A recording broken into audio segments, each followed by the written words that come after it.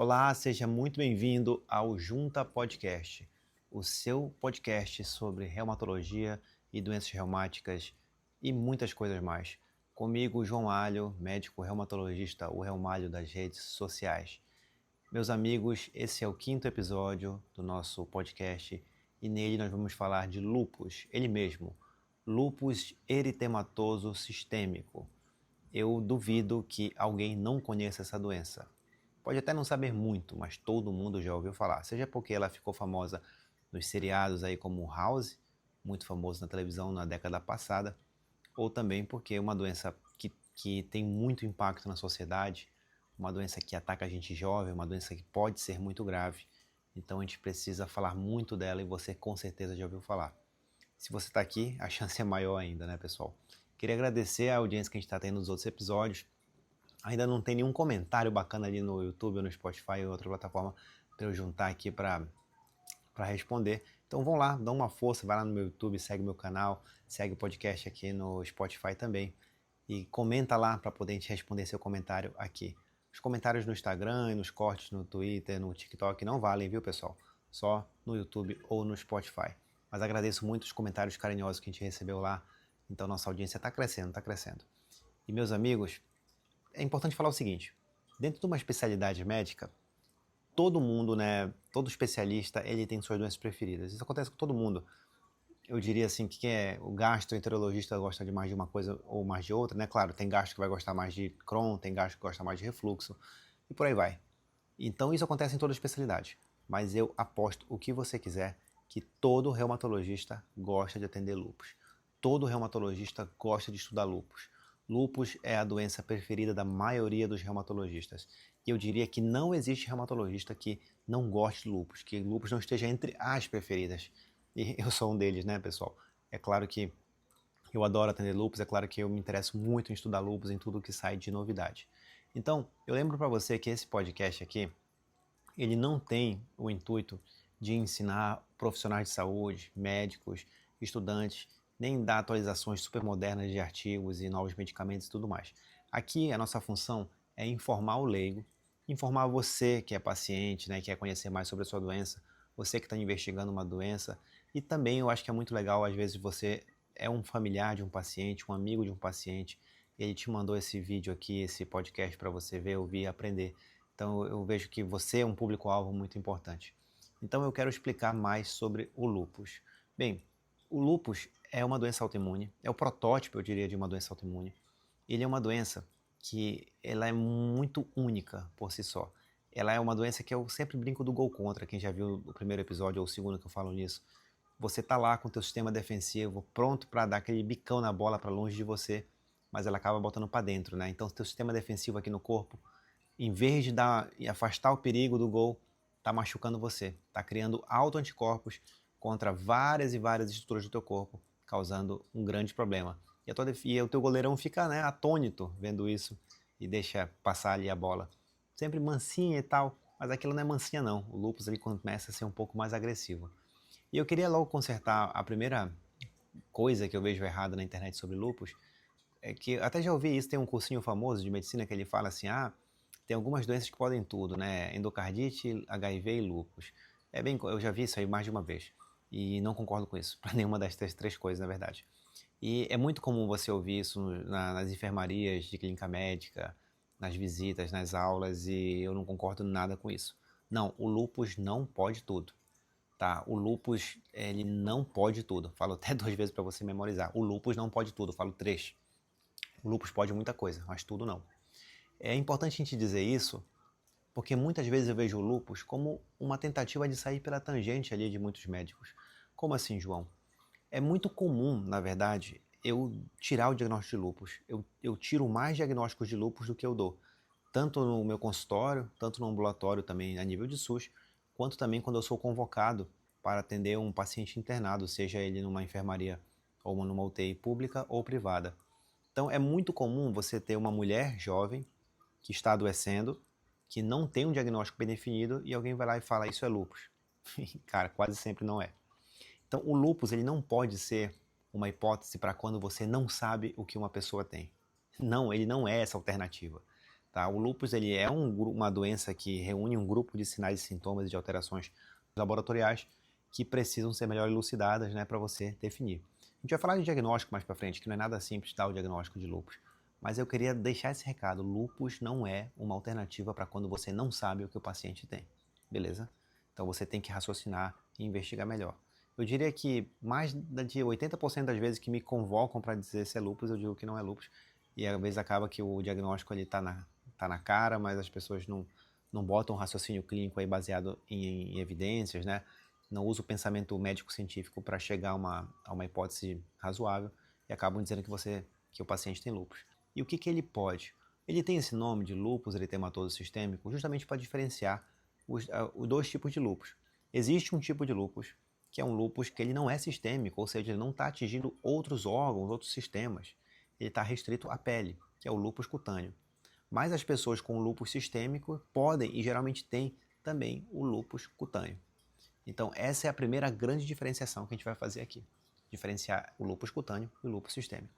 E claro, a gente vai tentar falar muito mais do lúpus sistêmico porque a gente não consegue aqui mostrar as imagens e muito menos para quem está ouvindo das lesões cutâneas. Seria muito legal se um dia aí a gente conseguisse trazer um dermatologista também para enriquecer ainda mais esse debate. Aí claro, vai ficar mais pro vídeo aí, né? E aí pessoal, a primeira coisa que a gente tem que falar agora, já que a gente está falando do lúpus sistêmico, que além da pele, ele pode atingir vários e vários outros órgãos e sistemas, principalmente as articulações. Eu queria começar comentando aqui sobre como é esse acometimento articular. Assim como outras doenças reumáticas, é um acometimento que ele é muito pior de manhã, quando a paciente acorda, e ao longo do dia vai, né, desendurecendo. Mas esse acometimento, ao contrário da artrite reumatoide e outras doenças, ele não causa deformidades, ele não causa erosões, né, não deixa daquele jeito como na artrite reumatoide. Exceto numa alteração, que não é uma alteração que causa erosão, mas ela realmente cria uma deformidade, que é a artropatia de Jacob. Quem já acompanha no meu perfil já viu muita coisa por ali. Mas, de forma geral, o lúpus não faz deformidade nas articulações. Ele gosta de atacar as grandes articulações, cotovelo, punhos, mas também articulações pequenas, como dos pés e das mãos. E costuma ser migratória, né? Você não é aditiva como da artrite reumatoide, que você estava ruim ali de um canto, agora está ruim desse e de mais de um. Não.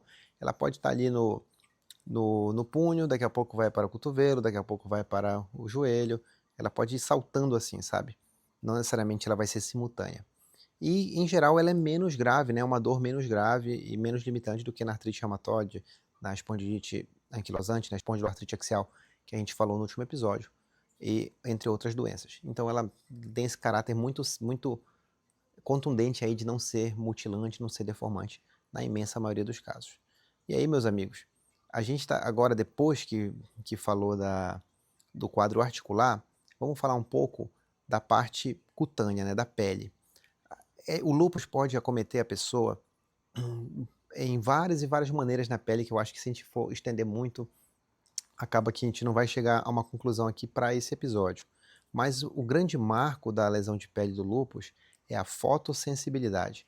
O que é a fotossensibilidade, pessoal? Foto vem de luz, né? A gente está falando aqui especialmente da luz do sol. E sensibilidade, claro, né? A pessoa é sensível à luz do sol. É engraçado que hoje mesmo no consultório eu atendi uma paciente com lúpus que ela estava claramente com várias lesões fotossensíveis em áreas fotossensíveis, né? Ou seja, áreas do corpo que pegam luz. E aí eu falei para ela assim, olha, você está pegando muito sol. Ela, não tô pegando não. Eu falei, não, eu não estou perguntando, eu estou afirmando que você está pegando muito sol. Ela, não tô não, tá sim. Porque assim, ó, testa, couro cabeludo, asa do nariz, orelha, rosto, aqui na região do decote, atrás também, nos braços, tava todo com lesões bem comuns, né, do lúpus subagudo. E em regiões do corpo onde não pega sol, barriga, coxa e tal, não tinha lesões. Então eu expliquei isso para ela, porque o que acontece, pessoal? A gente tem que falar bem sério sobre essa questão do sol. Que quem escreveu ali os artigos, os manuais, os livros, são pessoas que não vivem na nossa faixa aqui de incidência solar, né? São pessoas que elas vivem ali em Paris, vivem em Viena, em Nova York, vivem em Toronto, em Moscou, São Petersburgo, Xangai. E não são as pessoas que vivem aqui no Brasil, que vivem na Bolívia, no Peru, em Senegal, na Índia, né? Lugares assim que pegam mais sol e tal, Austrália até. Então, a gente não pode se guiar pelas orientações deles de fotoproteção. Aqui o buraco é mais embaixo, então a gente tem que ter mais atenção ainda, especialmente quem é meu paciente aqui em Santarém, aqui na região amazônica, né? Então, essa é uma coisa muito séria que a gente vê aí nessa questão do sol. Então, às vezes o paciente vai rapidinho aqui, desce do ônibus, desce do carro dele, ele vai dar uma voltinha, vai na padaria, vai ali na academia, vai no consultório e pega aquele solzinho bem básico, sabe? De 20 minutos ali, 15. Cara, mas para quem tem lúpus e quem vive no Brasil, isso já é muita coisa, já é muita coisa. Então, assim, tem que criar assim realmente uma cultura, um hábito de você não pegar sol, vai sair no sol, tem que sair porque a vida é correria mesmo. Usar boné, usar chapéu, que melhor do que boné ainda. Passar protetor solar várias vezes no dia. Usar roupas bem cobertas. Pelo menos, João, eu não gosto de usar roupa coberta. Beleza, mas vai sair no sol, usa ali uma jaquetinha, uma jaqueta UV dessas em lugares mais quentes é muito bom. E chegou no lugar que você vai trabalhar ou vai ficar, aí você volta a usar a roupa que você quer, né, se estiver protegido. E também, pessoal, não esquecer da luz indireta, né? Então, por exemplo, é muito comum aqui no Pará as casas serem avarandadas, né? Terem quintal também e tal. Então você não tá ali no sol, né? Mas tem ali só essa radiação indireta, esse mormaço que a gente chama aqui, já pode ser suficiente para lesar. Então lembra disso, o lúpus tem tudo a ver com a luz do sol. O sol, ele é uma radiação, né? Ele libera uma radiação aí que ele mata algumas células aqui da nossa epiderme, que é a camada mais externa da pele, e expõe ali queratina, que é uma proteína, né, que tem muito na nossa pele. E essa exposição da queratina, ela causa ali uma metilação, que a gente chama, um processo químico biológico, e expõe DNA dessas células. Ocorre uma reação imune, uma ativação das células de imunidade ali, e é justamente ali que o lúpus começa a se desenvolver mais, por isso que a luz do sol alimenta o lúpus, né? E aí a gente chama, tanto isso é tão importante que existe um dos principais anticorpos do lúpus, que é o anti-DNA dupla hélice, né? Então, mostrando essa relação aí. Já que a gente falou desse anticorpo, a próxima questão da manifestação que eu vou falar é dos rins, que talvez seja a manifestação que mais preocupa nós médicos, né? Os rins da pessoa com lúpus, ele pode ser atingido de várias e várias formas, mas a principal delas é através de uma doença glomerular, ou seja, bem na peneira, no filtro do rim. Pode causar uma síndrome nefrítica ou uma síndrome nefrótica. Tem vários e vários estágios da nefrite lúpica, né?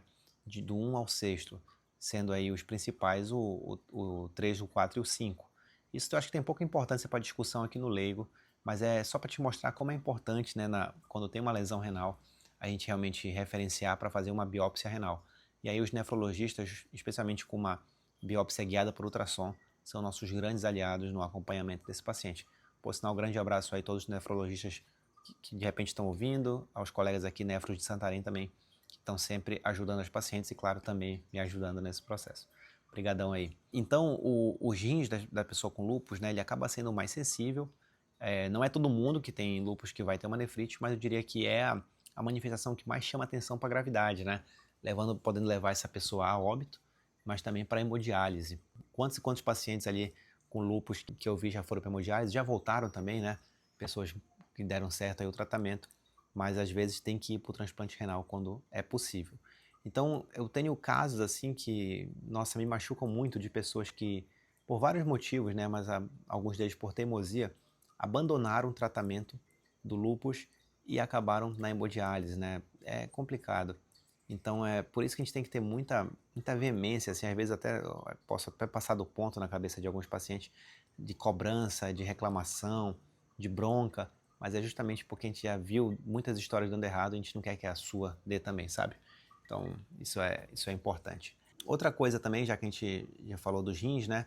A gente deixa muito claro ali que para a maioria dos pacientes com lúpus a gente não dá anti-inflamatório para dor nas juntas, né? Porque pode lesionar o rim e aí uma pessoa que já tem um rim lesionado, as coisas acabam dando mais errado. Pode fazer depois um outro episódio também, né? Convidando um nefrologista aí ou mais nefrologistas para a gente falar de nefrite lúpica.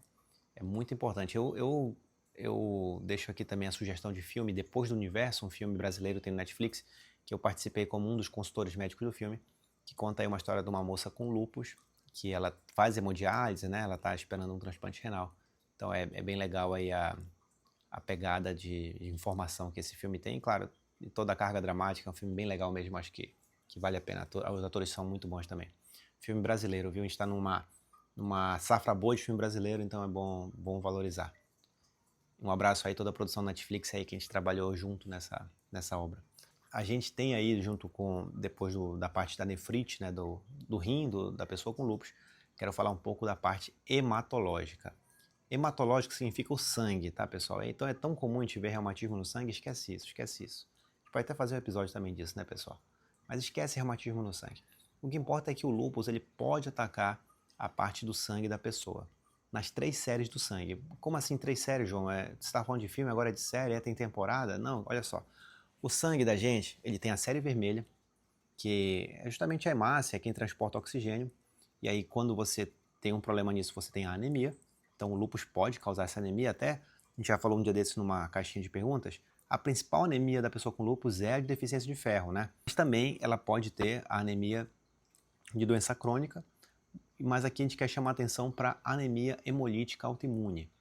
Quando o nosso próprio sistema defensivo, o sistema imune, faz anticorpos contra nossas hemácias, destrói elas e aí a gente fica com falta de hemácias, causando uma anemia. Pode ter também problemas na série branca, né, que é a série de defesa, como a gente chama assim, do nosso sistema imunológico, do nosso sangue. E a série branca, a gente pode ter lesão nos neutrófilos, causando uma neutropenia, mas principalmente nos linfócitos, que é um grande marco do lúpus, causando uma linfopenia. Tanto que a gente usa ali a quantidade de linfócitos para acompanhar como é que está esse paciente com lúpus. E por último, pode também atacar as plaquetas da gente, causando problemas de sangramento, de coagulação, que é a famosa plaquetopenia ou trombocitopenia. Então, o lúpus pode causar tudo isso aí no sangue. Então, é muito importante o hemograma e esse acompanhamento, né, para a gente avaliar a pessoa com lúpus. A gente passando agora também para a parte neurológica. Sim, o lúpus pode atacar o cérebro, os nervos da pessoa. O lúpus pode causar convulsões, pode causar psicose. E quando tem uma lúpica com psicose, é muito importante a gente entender se essa psicose ela já veio antes do lúpus, se essa psicose pode ser por corticoide, pode ser por várias outras coisas, mas também pode ser pela doença, né? Pode ser infecção, então é sempre importante afastar a infecção. Pode ser LEMP, que é um tipo de infecção, né? Que é uma doença neurológica também. Importante afastar a esclerose múltipla e tudo mais. Pode também causar problemas na medula espinal, como por exemplo a mielite transversa. Pode causar também neuropatia multiplex, que é uma coisa que a gente vê também nas vasculites, né? Quando você tem lesões em nervos diferentes pelo corpo. É uma coisa muito complexa, talvez, para falar aqui agora. Então, essas são as maneiras que o lúpus ataca o sistema nervoso central e também o periférico. Tanto quanto no sangue, também o lúpus pode atacar a coagulação. De uma forma muito rara, até já publiquei casos sobre isso, ele pode causar uma hemofilia adquirida quando ataca o fator 8 da coagulação, 8, 9, 10, mas também, aí é mais comum, ele pode causar tromboses, né? Especialmente através de uma complicação do lúpus, que também pode acontecer fora do lúpus, mas ela é muito mais comum no lúpus, que é o SAF, a síndrome do anticorpo antifosfolipídio. Então, é importante também a gente monitorar isso nas pessoas com lúpus. João, o lúpus pode passar do bebê, de uma pessoa que está grávida? Não, a pessoa não vai adoecer, não vai ter um menino, uma menina que vai nascer e vai ter lúpus e tal. Mas muito cuidado com essa informação, porque existe o lúpus neonatal. De maneira transitória, os anticorpos da mãe podem passar ali pela placenta e tá no sangue ali e tudo mais. Pode atacar o bebê, causando um rostinho de pessoa com lúpus, né? Aquela vermelhidão aqui no rosto, especialmente fazendo Hashimoto, asa de borboleta, que a gente chama, entre outras coisinhas assim. E pode causar uma coisa que é mais grave, que é o bloqueio atrioventricular congênito, especialmente quem tem um anticorpo anti-Rho positivo. Então é muito importante nas pessoas com lúpus, quando vão engravidar, dosar esse anticorpo, acompanhar e no meio da gravidez, ali mais ou menos pela 20ª, 24ª semana, fazer um ecodoppler fetal para ver se tem esse probleminha na criança, no coraçãozinho da criança. Ele é bem raro, tá? Mas quando tem uma pessoa com lúpus, é muito importante, a gente considera um pré-natal de alto risco e a gente também tenta, se for possível, garantir o parto dessa pessoa com uma retaguarda de UTI neonatal. Não quer dizer que o bebê tem que ir para a UTI neonatal, mas caso alguma coisa aconteça, especialmente a gente está falando aqui do probleminha no coração, ter um leito de UTI disponível para esse recém-nascido é super importante. Mas eu queria falar um pouco da epidemiologia. O que é epidemiologia, João? É a distribuição da doença entre os seres humanos. Se você pensa numa pessoa com lúpus, a primeira coisa que a gente pensa é numa mulher com lúpus. O lúpus não é uma doença muito comum em homens, mas ele acontece sim, tá? Acontece sim. Então estima-se que para cada 8 a 10 pacientes com lúpus tenha um homem, tá? O resto é mulher e tem um homem. Então é muito mais frequente em mulher, mas pode acontecer em homem. Então às vezes é comum o homem com lúpus demorar para receber um diagnóstico e, claro, um tratamento, porque as pessoas não pensam na doença para ele. Mas no nosso ambulatório, nosso consultório está cheio de homens com lúpus aí, que a gente está cuidando, está acompanhando, está tratando essas pessoas. E se você pensa numa pessoa com lúpus, você pensa numa pessoa jovem, né? O lúpus é uma doença que ataca principalmente as pessoas mais jovens. Começa a maioria das vezes entre 15 anos, 18 anos, e no máximo ali até 25, 28 anos. Pode acontecer? Pode, depois dos 30 e tal, mas é cada vez menos provável, sabe, você ter um diagnóstico de lúpus, abrir um quadro de lúpus depois dos 30. Então, quando alguém me procura ou é encaminhado com suspeita de lúpus e tem mais de 40 anos e tal, a chance cai drasticamente, drasticamente. E assim, lúpus não é uma doença que ela fica escondida e tal. Putz, não, lúpus é uma doença escandalosa. Então, eu sempre falo que o lúpus ele nunca é um diagnóstico difícil no que diz respeito uau, eu achei um exame aqui alterado, uau, eu fui pesquisando, olha, me surpreendi, deu lúpus. Não, o diagnóstico de lúpus nunca tem que ser uma surpresa, nunca. Porque o lúpus tem sintomas que, ainda que seja vasta a quantidade de sintomas, de manifestações, mas ele tem sintomas muito marcantes, né? Tem uma história clínica muito marcante e que, sinceramente, se você constrói muito bem o teu raciocínio, não tem como ser surpreendido por um diagnóstico de lúpus. Então, o lúpus não é aquela coisa assim, uau, nossa, cara, pedi um exame, veio ali e tal. Não, sabe, ele simplesmente acontece. Ele acontece, diria até que ele é espalhafatoso, assim, ele se denuncia muito fácil. Mas a vida é assim, né, cara? A medicina é assim, a gente se surpreende mesmo, mas ainda não me surpreendi com isso. Então, isso é muito legal, cara, da gente conversar, né? Que realmente, às vezes os pacientes, né, ficam com medo porque foram no ginecologista, às vezes agora tá com essa moda de médico integrativo, né, moda horrível. Aí pedem um exame de FAM, o FAM dá positivo, e aí a pessoa é encaminhada para o reumato, e aí fica desesperado. Relaxa, 15% das pessoas, até 21% em algumas séries, têm o FAM positivo e nunca vão ter uma doença autoimune, nunca vão ter lúpus, tá? Então, definitivamente ninguém deveria ficar fazendo o exame do FAM de maneira rotineira, como se fosse um check-up, tá? Então, ó o gato ali na varanda, curtindo ali um ventinho, agora que eu fui ver. Eu vim pra cá, pra essa posição gravar hoje, né, e ela é uma posição que a gente vê menos gato. Ó, tem outro lá. Não sei se dá pra ver agora, o Januário também tá lá, não tinha visto não. Bacana mesmo. Pô, legal. Tô devendo pra vocês, acho que só o Saliente não apareceu ainda, né? Pior que eu tô vendo ele ali, daqui a pouco ele tá aparecendo. Vamos ver. Muita gente me pergunta de fatores de risco para lúpus, né? Não, cigarro, bebida, essas coisas não tem muito fator de risco a não ser a tua carga familiar. Tua carga familiar é importante, assim, né? Ter pessoas com lúpus, com outras doenças autoimunes na família. Mas não é uma coisa assim, tenho lúpus, meu filho vai ter lúpus. Não, o teu filho tem uma chance pequena de ter lúpus. É uma chance maior do que o meu filho, se eu tivesse um filho e tal, é maior. Mas mesmo assim, a maior probabilidade é que nem o meu, nem o seu filho tenham lúpus, né? O lúpus é uma doença rara. Uma pessoa a cada 1.000 tem lúpus, né? Mais ou menos uma pessoa a cada 10.000 por ano que abre um novo quadro, né? Mas realmente de prevalência é uma pessoa a cada 1.000. Ter cuidado com o que a gente chama de raro, porque o conceito de raro é esse, né? Quando tem uma pessoa, a partir de uma pessoa a cada 1.000. Mas no dia a dia a gente vê bastante lúpus, né? Especialmente aí quem é do ramo, quem trabalha em hospital também, etc. Tô achando um máximo eles ali na varanda. Os gatos, né? Tô falando, né, pessoal? Então, animais podem ter lúpus, João? Pode. Tem relatado em gato, cachorro, né? Lúpus vem do lobo, né? Vem do lobo, porque diziam que o lobo ataca isso aqui e tal, e você fica parecido com a pessoa com lúpus. Então, essa asa de borboleta, né, é uma lesão bem marcante do lúpus, mas ela não é patognomônica, ou seja, nem todo mundo que tem isso tem lúpus, tá, pessoal? Tem pessoas que têm ali uma fotossensibilidade, quando pega um sol aqui e faz isso, que não tem lúpus. Tem até outras doenças, como por exemplo a sarcoidose e a dermatomiosite, que podem, né, dar essa aparência aqui também. Então, muito cuidado, né, para não rotular logo de cara aí. Então, tem que passar por uma avaliação bem criteriosa. Aí eu queria falar um pouco sobre os critérios diagnósticos de lúpus, né? Quem está vendo pelo vídeo, tá vendo eu puxar aqui o meu iPad, porque justamente, cara, eu não preciso decorar isso aqui. Eu acho que hoje em dia tudo que você tem pode pegar um computador, um celular, um papel, você pega, você não decora não. Assim, eu meio que sei decorado porque é nosso dia a dia, né, pessoal? Não é igual um poema, assim, declama os critérios de lúpus. Não é assim. Mas é engraçado que quando eu estava na faculdade, tinha ter provas sobre lúpus, né? Naquele tempo o critério era diferente, você tinha 11 critérios, você tinha que ter 4 de 11, né?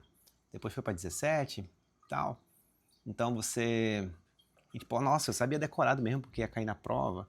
Depois, pensando em prova de residência também, a gente decorava. Hoje, eu simplesmente, cara, eu acho que eu nunca na vida de reumatologista usei esse critério, assim, ao pé da letra, de ter que abrir o critério e dizer, você tem lúpus, você não tem. Não, porque é uma coisa, você vai trabalhando, fica uma coisa fluida e tal, aí, sabe, já vai ali acontecendo. Mas aqui, ó, é legal a gente falar sobre isso, né? Até já responde uma dúvida muito comum.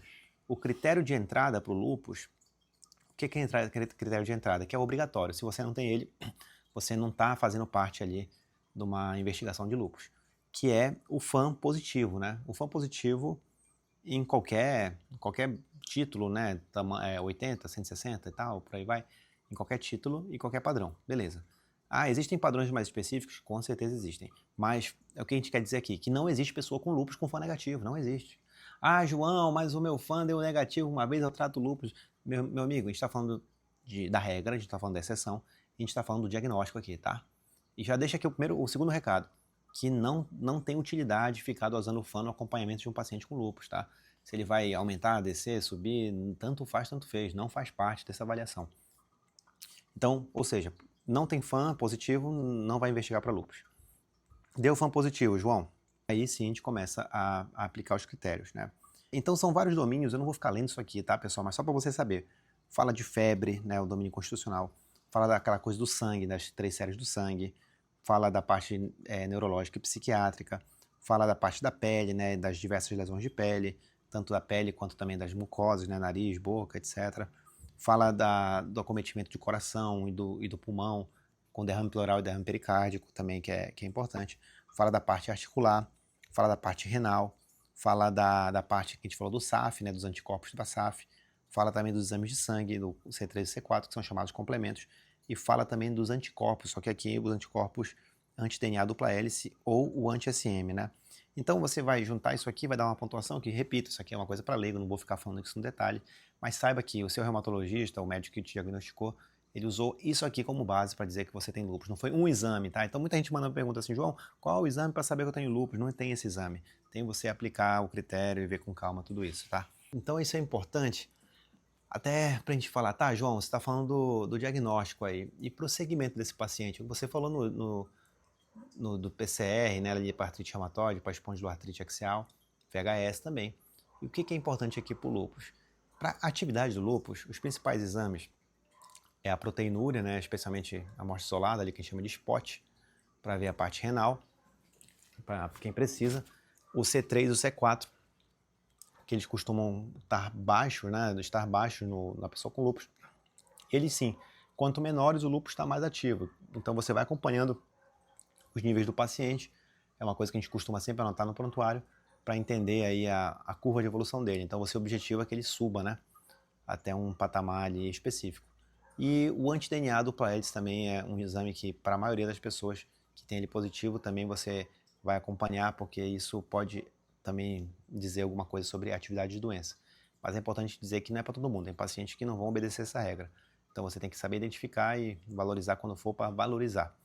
Basicamente são esses exames para acompanhamento, tá, pessoal? Basicamente são esses da atividade de doença, mas tem que entender que você tem que colher outros exames para avaliar se o remédio está fazendo mal para o seu fígado, se seu rim está bom, se o seu hemograma está bom, também tiver atividade por ele para algumas coisas, tireoide, colesterol, diabetes, vitamina D ali para quem toma corticóide para ver massa óssea, densitometria óssea, outros exames para avaliar muitas e muitas coisas.